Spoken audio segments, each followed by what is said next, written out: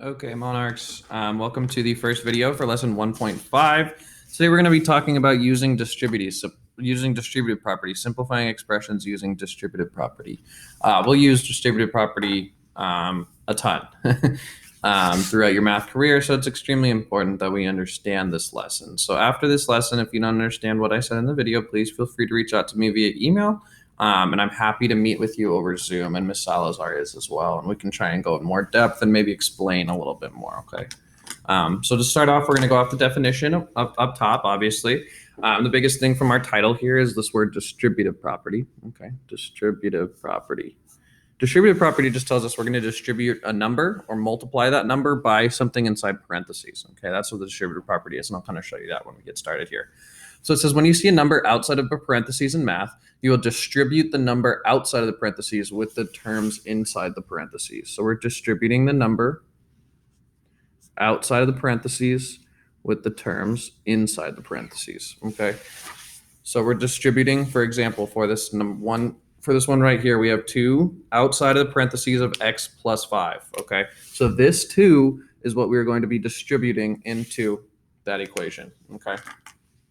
So I'm going to draw arrows to show that I'm distributing that 2 into that x and into that 5. And that means that what we are doing is we're doing 2 times x plus, because it's a plus sign right here, it's a plus sign over here too, 2 times 5.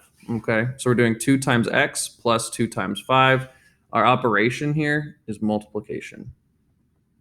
I'm just going to write multiply. Okay, that's our operation.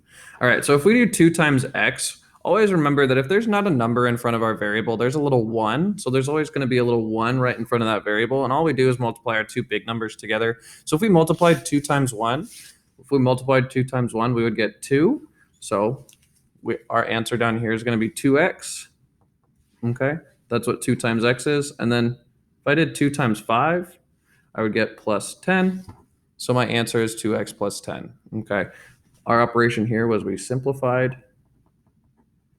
Okay, all I did was distribute this 2 into this x and into this 5. And what that means is I multiplied 2 times x and 2 times 5. Okay, if there was a 4 out here, I'd multiply 4 times x and 4 times 5. Whatever number is on the outside of the parentheses is what I'm going to multiply by the inside of the parentheses. Okay, so we're not going to worry about that box there. That's just kind of an extra box. Let's move on to example 1 here. Okay. So let's take a look at the directions for example 1. It says when given an expression with a number in front of the parentheses, that number will be multiplied by both terms regardless if they are like each other. Like terms means they share the same variable. It doesn't matter if these share the same variable. We're still going to be multiplying this 3 into that 3 plus and that x. Okay. So we're going to distribute this 3 into here and into here. Okay. So as you can see, that means we're doing 3 times 3 and 3 times x. All right, so when we do 3 times 3, that's 9. I'm going to bring down my plus sign. 3 times x is 3x. Okay, so we distributed this 3 times this 3 and this 3 times this x. Okay, so let's look at b here. We have 2 on the outside of the parentheses and x plus 6 in the middle. I'm going to draw my arrows always to show that I need to multiply this 2 times this x and this 2 times this 6, because that's what the distributive property is. We're distributing this 2 to everything inside the parentheses, okay? I'll highlight the 2 just to show you that we're distributing it, okay? All right, so now we have 2 times x plus 2 times 6, and then we have a plus 3x after it. Since the 3x is not inside the parentheses, that does not get multiplied by our 2, okay? That's the biggest mistake I see.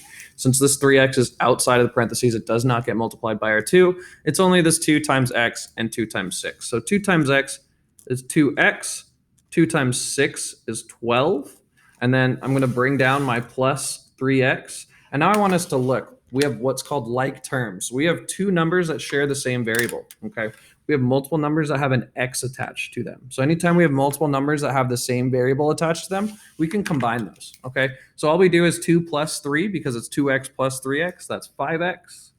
Bring down my plus and my 12, and that's my correct answer for that problem. We cannot combine these 2 because this 12 does not have an x. If this 12 also had an x, we could combine it with the 5, but since it doesn't, we have to leave it 5x plus 12, okay? I will finish up the notes in the next couple videos, right?